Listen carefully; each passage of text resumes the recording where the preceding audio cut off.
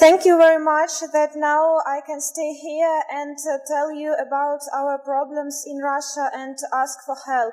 It's not a secret that we in Russia have plenty of problems in the sphere of human rights.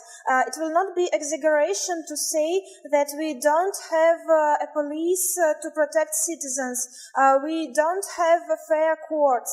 We don't have enforcement bodies that would work for people. All mentioned institutions are not protecting human rights but oppressing them.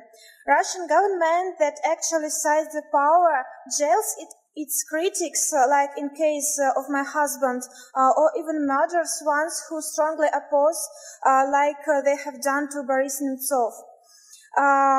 Those are issues that are widely talked about both in Russia and beyond. And what seems to be the most stunning for international society is the fact that repressions touch not only political activists but also unpoliticized people. Even Russians who were never politically active complain that police now operating to protect not their rights but ruling regime, and police arrest innocent people because they need to fulfill their plan they had been given. It's well known that about 30% in Russian jails didn't commit crimes they had been sentenced for. There is one more thing that became evident. The tortures are officially legalized in Russian prisons. There are about 1,000 of prisons in Russia at all, but not each of them practices tortures. We found out what real tortures are when my husband had been transferred to Karelia and he sent me a letter last October. Let me quote the part of his letter. On September 11, 2016, the colony head, Kosiv, came to me with 3 employers. Together, they started beating me. Over the course of that day, I was beaten a total 4 times. By 10 or 12 people at once. On September 12, several employers cuffed my hands behind my back and hanged over up by the handcuffs. I was suspended like that for half an hour. Then they took off my underwear and said they would bring another prisoner to rape me. After Ildar's letter had been published, dozens of other prisoners, former prisoners and current prisoners connected me and Ildar's lawyers, and they told me and lawyers the same things. They are all from the different parts of Russia.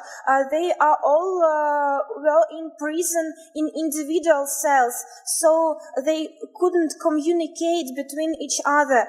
So they could barely plot the same story, and I think that's true, and I think Ildar and all these people told me the truth.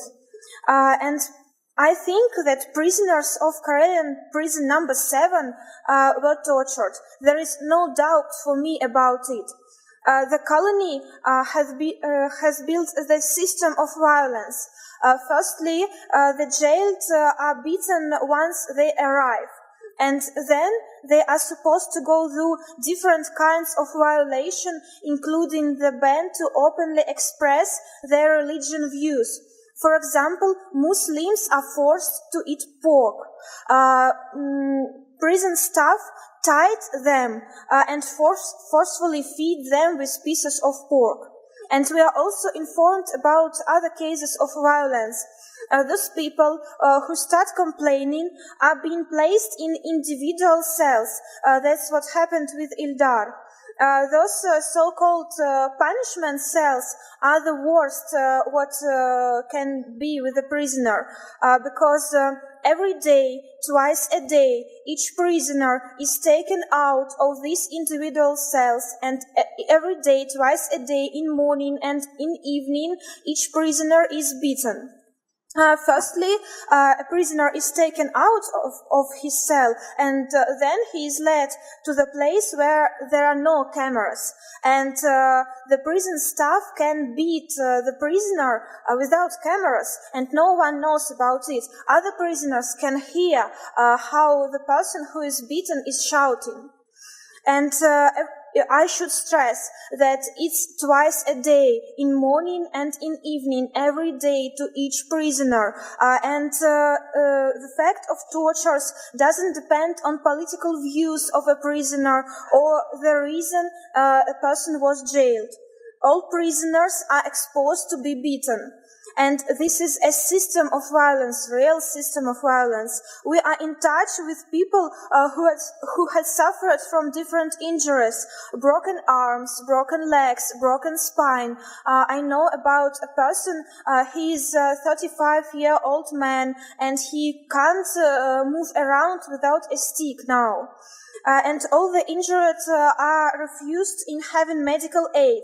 One prisoner had consistently been handcuffed and hanged over the floor even after they broke his arm. And they also may undress a prisoner and force him outside in the freeze so he can die from cold. It's Karelia, it's very cold, -30 now. I know that all these things may sound very unreal, because I would never believe that if Ildar wouldn't told me about it.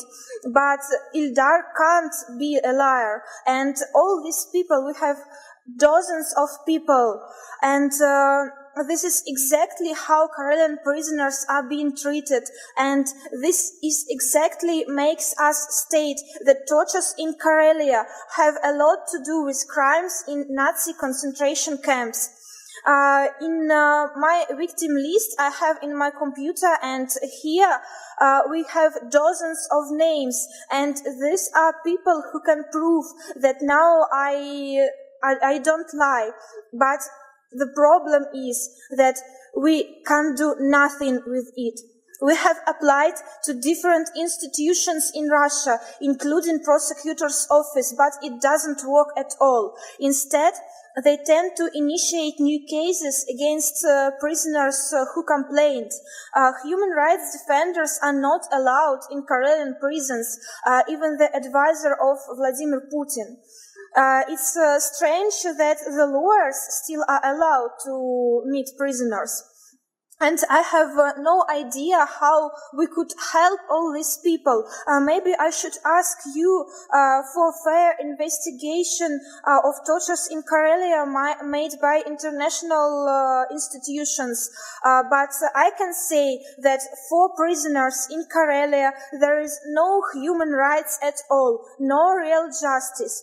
So let me name the people who are now being tortured in Karelia today.